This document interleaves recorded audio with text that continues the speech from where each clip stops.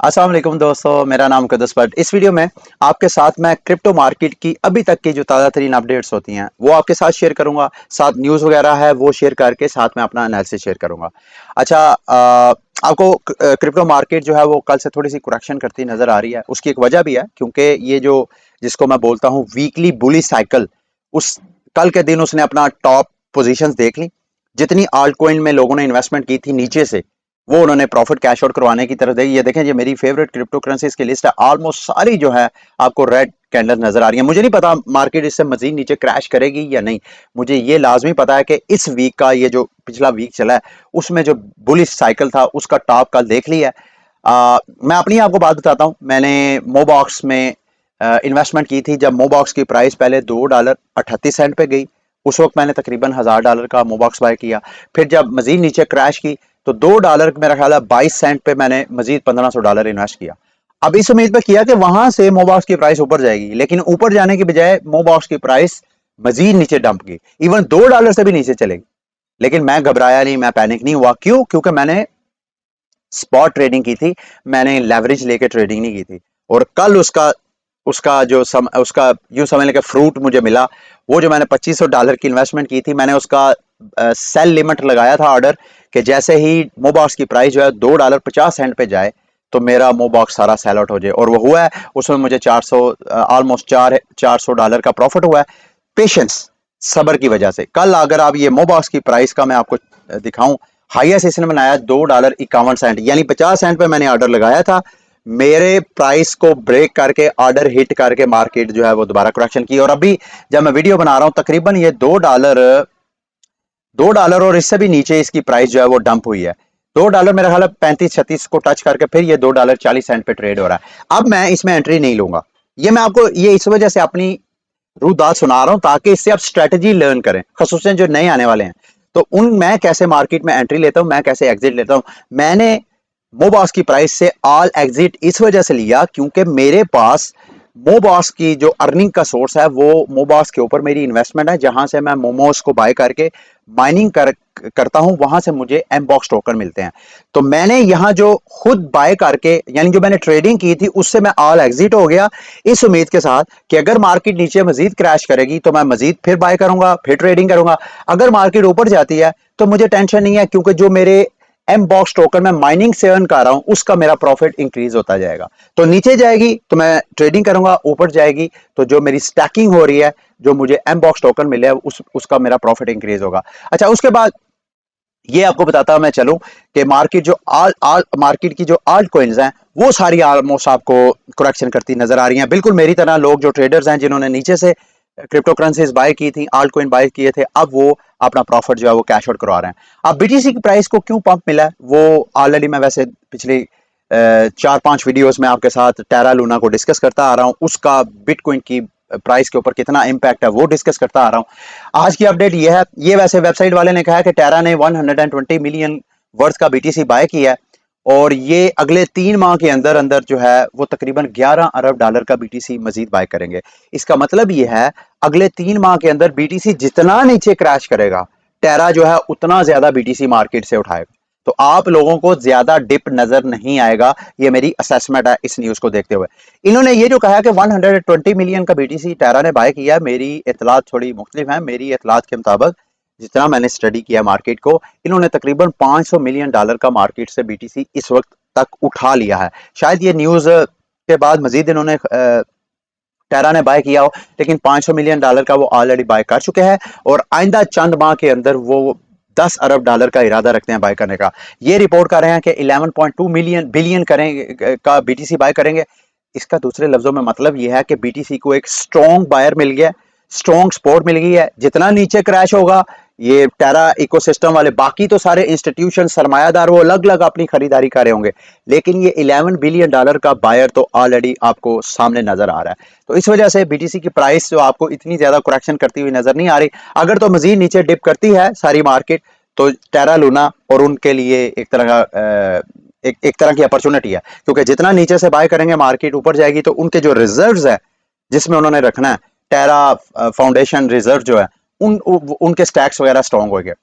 अच्छा, अगर आप मुझे काफी देर से फॉलो कर रहे हैं तो मेरा ख्याल है हफ्ता डेढ़ हफ्ता पहले मैंने आप दोस्तों को मशवरा दिया था कि ये जो यूक्रेन और रशिया के दरमियान जो जियोपॉलिटिकल क्लैश चल रहा है, उसकी वजह से उनकी करेंसीज जो है अच्छी खासी डिप कर रही हैं।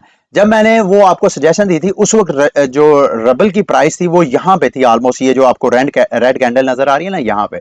तो मैंने आपसे कहा था कि आप लोगों को ना सिर्फ क्रिप्टो मार्केट बल्कि ऑफ मार्केट क्रिप्टो मार्केट में भी पैसा फेंकना चाहिए।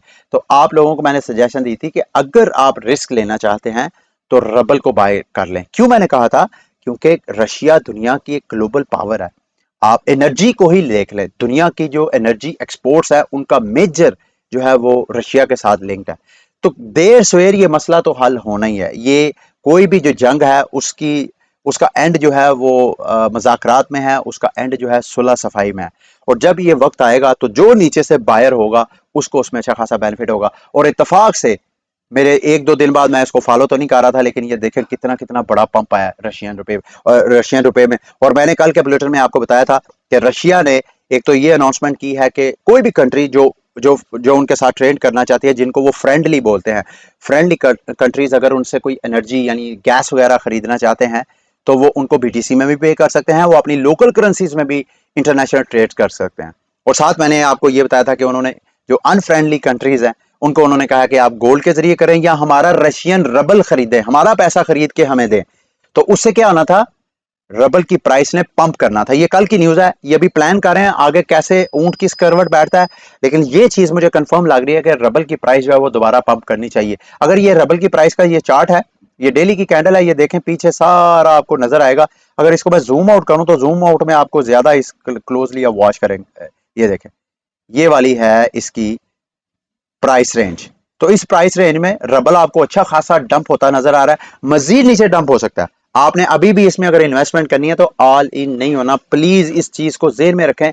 इन्वेस्टमेंट स्ट्रेटजी ये है, ना कभी ऑल आउट हो ना कभी ऑल इन हो। तो आहिस्ता आहिस्ता अगर आपने इन्वेस्टमेंट करनी है तो आप कर सकते हैं। ठीक है, आगे आता है जी प्रो शेयर्स। ये इनका अमेरिका में एसईसी ने ईटीएफ अप्रूव किया था। इनका अभी डाटा शेयर मार्केट में है कि इनके पास ऑलमोस्ट, पहले इनके पास 26,000 बीटीसी था जिसके अगेंस्ट इन्होंने फ्यूचर कॉन्ट्रैक्ट्स वगैरह दिए थे। क्योंकि अमेरिका में जो ईटीएफ अप्रूव हुआ है वो फ्यूचर बिटकॉइन ईटीएफ अप्रूव हुआ है, स्पॉट ईटीएफ अप्रूव नहीं हुआ। इन्होंने 26,000 में इनके जो इनफ्लोज हैं वो बढ़े हैं, तकरीबन 28,450 बीटीसी इनके रिकॉर्ड हाई। इनका डाटा भी हो रहा है। इसका मतलब यह है कि इन्वेस्टर्स का इंटरेस्ट बढ़ा है। और जितने इनके कॉन्ट्रैक्ट 25 मार्च को यानी कल के दिन जितने इनके कॉन्ट्रैक्ट एक्सपायर हुए हैं उनमें से ज्यादातर ट्रेडर्स ने क्या किया है? रोल ओवर किया है। रोल ओवर का मतलब यह है कि जब उनके कॉन्ट्रैक्ट, जो फ्यूचर कॉन्ट्रैक्ट होते हैं, जब वो एक्सपायर होने वाले होते हैं तो उनकी डेट को जब एक्सटेंड करते हैं, अपने ऑर्डर्स को वो एक्सटेंड करते हैं, उसको रोल ओवर बोलते हैं। तो इनके जो मोस्टली ट्रेडर्स हैं उन्होंने एक्सटेंड किया है। मेरा ख्याल यह है कि ये जो जितने बड़े बड़े इन्वेस्टर्स होते हैं इनकी मार्केट के ऊपर, उसकी पल्स के ऊपर ज्यादा एक्सेस होती है बनिस्बत हम जैसे छोटे मोटे ट्रेडर्स की। तो अगर उन्होंने ये किया है तो वो भी उम्मीद लगा के बैठे हैं कि शायद क्रिप्टो मार्केट का अब बुलिश साइकिल जो है वो स्टार्ट हो गया। वो कि मैं आपको बताता आ रहा हूं कि जब तक 50,000 की वैल्यू को बीटीसी क्रॉस नहीं करता, हमें इतना कॉन्फिडेंटली मार्केट को बुलिश नहीं कहना चाहिए। अच्छा जी, कल की एक बड़ी स्ट्रॉन्ग न्यूज आई और हमारे हमसाया मुल्क भारत की तरफ से। भारत के जो भारतीय हुकूमत थी उन्होंने क्रिप्टो रेगुलेशन से मुतल्लिक काम किया था मार्केट में अच्छी खासी। उसके हवाले से लोग बड़े पॉजिटिव थे कि बड़ा अच्छा होगा। लेकिन अब जो उन्होंने कवानीन कल पास किया अपनी पार्लियामेंट में, उसमें जो क्रिप्टो कम्युनिटी और वहां के लॉ मेकर जो हैं वो चीख रहे हैं कि ये इन्होंने बहुत बड़ी ज्यादती की है। एक तो इन्होंने कैपिटल गेन टैक्स, यानी अगर आप बीटीसी में इन्वेस्टमेंट करते हैं उसको उस वहां पे आपको प्रॉफिट होता है तो उसमें से 30% आपने प्रॉफिट यानी कैपिटल गेन टैक्स में आपने पैसा डालना है। उनका कहना यह है, जो लॉ मेकर्स हैं उनका कहना यह है कि हम इस वजह से इतना ज्यादा टैक्स लगा रहे हैं। मुझे नहीं पता, मैं स्टॉक एक्सचेंज में ट्रेडिंग नहीं करता, लेकिन मेरा मानना यह है कि जिस रूल्स के तहत स्टॉक एक्सचेंज को हमारी गवर्नमेंट्स मैनेज करती हैं, वहां से टैक्स कलेक्ट करती हैं, सेम उसी रूल्स को छोटी मोटी अमेंडमेंट्स के साथ आप क्रिप्टो मार्केट में भी रेगुलेट कर सकते हैं। लेकिन वहां की जो भारतीय इंतजामिया वो कहते हैं जी कि चूंकि ये हाईली वोलाटाइल मार्केट है और यहाँ पे कैपिटल गेन जो है वो with shorter period of time बहुत ज्यादा होता है, तो इस वजह से हमने जो कैपिटल गेन टैक्स है वो भी ज्यादा रखा। साथ उन्होंने 1% टीडीएस लगाया कि जब आप इन्वेस्टमेंट करते हैं, बाइंग सेलिंग करते हैं, तो उस पे 1% गवर्नमेंट अलग चार्ज करेगी। और एक और बुरी चीज जिस पे वहां की कम्युनिटी चीखो पुकार कर रही है वो ये कि अगर आपको नॉर्मली अगर आप ट्रेडिंग करते हैं तो समटाइम आपको प्रॉफिट होता है, समटाइम आपको लॉस होता है। तो जब आप गवर्नमेंट को अपने रिटर्न्स वगैरह जमा करवा रहे होते हैं, अपना इनकम टैक्स वगैरह फाइल कर रहे होते हैं, तो वहां पे आप अपना लॉस भी शो करवाते हैं, उससे आपका जो प्रॉफिट है उसमें आपको थोड़ी बहुत कंपनसेशन मिल जाती है। लेकिन इंडियन जो नया लॉ वहां पे पास हुआ है उसमें आपने हुकूमत को सिर्फ जो आपको प्रॉफिट होता है उसमें आपने 30% देना है, लॉस को आप उसमें कैलकुलेट कर ही नहीं सकते। तो इस वजह से क्रिप्टो कम्युनिटी वहां पे चीखो पुकार कर रही है कि ये तो एक्चुअली, दूसरे लफ्जों में आप भारत में जो क्रिप्टो इंडस्ट्री है उसका गला घोंटने की कोशिश कर रहे हैं। ये कैसे मुमकिन है कि जो ट्रेडर्स हैं वो सिर्फ आपको जब प्रॉफिट में आए तो उस वक्त आपको आपको वो टैक्स दे, जबकि वो लॉस में हो तो जनाब वो उसको एडजस्टमेंट ही ना कर सके। तो ये वाकईतन देखा जाए तो टेक्निकली ये एक तरह की ज्यादती है। अगर यहाँ पर भी होता है तो हम जो क्रिप्टो कम्युनिटी है पाकिस्तान की वो तो स्ट्रॉन्ग इसको रेजिस्टेंस करेगी। मैं तो ये समझता हूँ कि बेस्ट फॉर्मूला है आप जो स्टॉक एक्सचेंज की पॉलिसीज है उनको हमारी कम्युनिटी के साथ डिस्कस करें कि भाई ये चीजें हैं, इसमें आप किस किस तरह की अमेंडमेंट करना चाहते हैं, तो अमेंडमेंट करके पाकिस्तान को भी क्रिप्टो मार्केट को रेगुलेट करना चाहिए। क्यों करना चाहिए ये जरा सुनिएगा। ये अमेरिका की ट्रेजरी डिपार्टमेंट की सेक्रेटरी हैं जेनेट येलन, बड़ी, ये आपको नजर आ रहा है, तकरीबन मेरा ख्याल है 80 ईयर्स प्लस है ना, सॉरी 70 ईयर्स प्लस इनकी एज है। इनका कहना यह है जी कि क्रिप्टो जो है is playing a significant role in American investment decision, यानी अमेरिकी जो अवाम है वो इन्वेस्टमेंट के मामले में डिसीजन मेकिंग में वो बड़ा क्रिटिकल रोल प्ले कर रही है। यानी जो इन्वेस्टमेंट करना चाहता है उसका मेजर हिस्सा क्रिप्टो मार्केट की तरफ चला जाता है।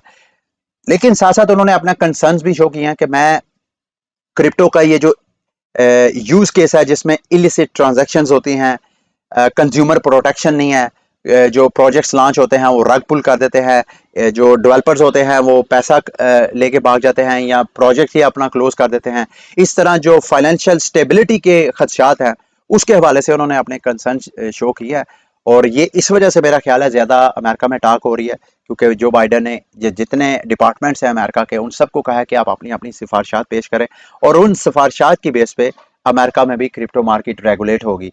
किस तरह ये ऊंट किस करवट बैठेगा, ओबियसली जब इंफॉर्मेशन आएगी तो मैं आपके साथ लास्ट में शेयर करूंगा। अच्छा, ये रशिया की तरफ से खबर है, रशियन सॉरी यूक्रेन की तरफ से, यूक्रेन ने अब फंड रेजिंग के लिए एक सिस्टम डेवलप किया है जिसमें वो जितनी रशिया के साथ उनकी जब जिस दिन से इनकी जंग स्टार्ट हुई है, मेरा ख्याल 24 फरवरी से आज तक, इन्होंने जितने इवेंट्स हैं उनको मुख्तलिफ किस्म के एनएफटीज बना के उसको मार्केट प्लेस किया है। ये इनकी ट्वीट में आपके साथ स्क्रीन पे आपको नजर भी आ रही है। ये वो लिंक है जी, मेटा हिस्ट्री डॉट गैलरी के नाम पे। यहाँ पे इन्होंने सारे वो एनएफटीज ये टाइमलाइन के साथ डेट्स के साथ इन्होंने मेंशन किया है। मेरा नेट स्लो है इस वजह से वो सारी आपको एनएफटीज नजर नहीं आ रही हैं। अगर आप कहते हैं तो मैं इसका लिंक इस वीडियो की डिस्क्रिप्शन में दे दूंगा, आप वैसे भी यहाँ से आप पढ़ सकते हैं मेटा हिस्ट्री डॉट गैलरी। यहाँ पे जाएं या इनकी ट्वीट पे चले जाएं, वहां से आपको इसका लिंक मिल जाएगा। तो यहाँ से ये फंड रेजिंग करेंगे। दुनिया जो भी बंदा इनके एनएफटी बाय करना चाहता है इस वॉर हिस्ट्री से मुतल्लिक, तो वो उसको बाय कर सकता है। अच्छा, आगे एक और न्यूज़ है इटली की नॉर्दर्न एरियाज की तरफ से कि वहां पे जो हाइड्रो पावर प्लांट्स हैं वो हाइड्रो पावर प्लांट्स अब जो है बिटकॉइन माइनिंग या बिटकॉइन इंडस्ट्री को, क्रिप्टो इंडस्ट्री को चैनलाइज करने की कोशिश कर रहे हैं। क्यों कर रहे हैं? एक तो इस न्यूज़ में इंटरेस्टिंग जो चीज़ है वो आपको बताने वाली ये कि दो यंग लड़कियां तकरीबन 20-22 साल की, उन्होंने एक ब्लॉकचेन टेक्नोलॉजी वहां पे एक रजिस्टर करवाई। उस ब्लॉकचेन टेक्नोलॉजी के लिए उन्होंने सबसे पहले बिटकॉइन को समझा, माइनिंग को समझा। उस सारी मार्केट को समझने के बाद उन्होंने अपना एक स्टार्टअप का आगाज किया। अब वो स्टार्टअप क्या था? उन्होंने देखा कि हमारे यहाँ जितने हाइड्रो पावर प्लांट्स हैं वो साल के कुछ माह में वो इनएक्टिव हो जाते हैं। इनएक्टिव होने की वजह से वो सारा जो हाइड्रो पावर प्लांट पे जारी सारी जो फैसिलिटी के एक्सपेंस हैं वो तो उतने के उतने ही रहते हैं जितने के सारा साल होने चाहिए।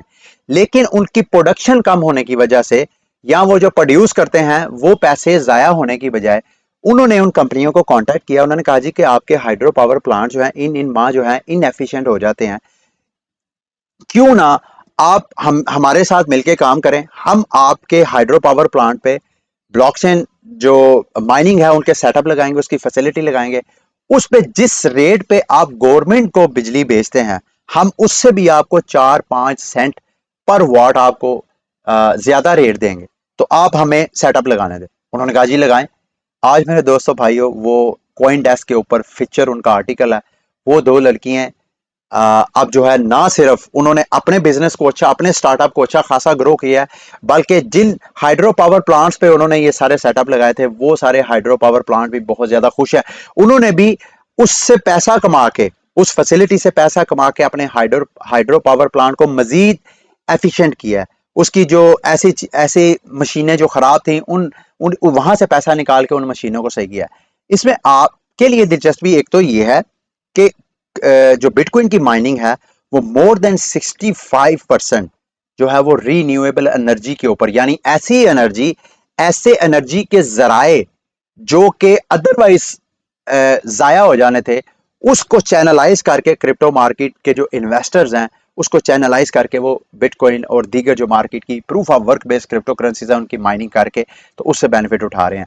एक तो ये इसका मैसेज है। दूसरा मैसेज ये है कि अगर आप में से कोई भी बंदा दिलचस्पी रखता है तो वो भी अपना एक इसी तरह का पाकिस्तान में छोटा सा स्टार्टअप बना सकता है, जिसको मार्केटिंग की सेंस हो, जिसको क्रिप्टो मार्केट के अंदर की सेंस हो। आप इस तरह एक टीम बना के काम कर सकते हैं, मुख्तलिफ फील्ड के एक्सपर्ट्स को पकड़े और उनकी एक टीम बनाए। वो टीम जो है पाकिस्तान में ऐसी ऐसी जगह वो रीन्यूएबल एनर्जी के जराए को ढूंढे, वहां पे जाके उनके साथ टॉक करे कि हम सारी मशीनरी लगाएंगे, आपने सिर्फ हमें बिजली देनी है। जिस रेट पे आप बिजली जो है गवर्नमेंट को या खुद यूज करते हैं, जो आपकी जाया होने वाली बिजली है वो हम आपसे खरीदेंगे और इस रेट पे उनको भी बेनिफिट दें ताकि वो आपको बिजली बेचे और उस बिजली से आप माइनिंग करके आप अपना भी रेवेन्यू और अपना बिजनेस। ओबियसली ये काम जब आपने करना है तो उससे पहले आपने हुकूमत पाकिस्तान से परमिशन लेनी है, उनको कॉन्फिडेंस में लेके तो फिर आपने करना है।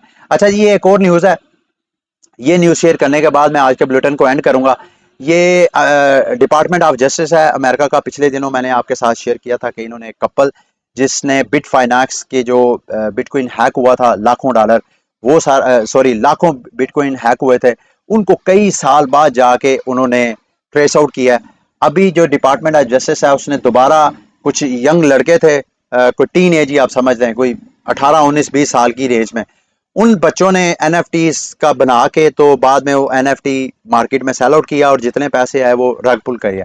उनको पकड़ा, उनको अरेस्ट किया। ये मैं न्यूज़ आपके साथ इस वजह से शेयर कर रहा हूँ कि अभी भी मुझे बड़े खुशी होती है जब इस तरह की न्यूज़ आती है जिसमें हमारे जो डिपार्टमेंट्स हैं वो किसी ना किसी इलीगल एक्टिविटी को रोकने में या पनिश करने में अपना एक तरह का किरदार अदा करते हैं। तो मुझे इस बात की खुशी होती है कि जितना ज्यादा हमारे जो बैड एलिमेंट्स हैं हमारी मार्केट के अंदर से आउट होंगे, उतना ही बड़े कॉन्फिडेंस के साथ जो दीगर कम्युनिटी मेंबर्स हैं वो इसमें पार्टिसिपेट कर सकेंगे और उनको जो दीगर हमारे इदारे हैं जिनका काम है लॉ को रेगुलेट करना, वो जो है उनकी तरफ से उनकी टेंशन्स में भी कमी आएगी। ठीक है, ये था आज का बुलेटिन। उम्मीद करता हूँ कि आज का बुलेटिन भी आपके लिए इन्फॉर्मेटिव रहा होगा। अगली वीडियो तक के लिए मुझे इजाजत दें। अल्लाह हाफिज।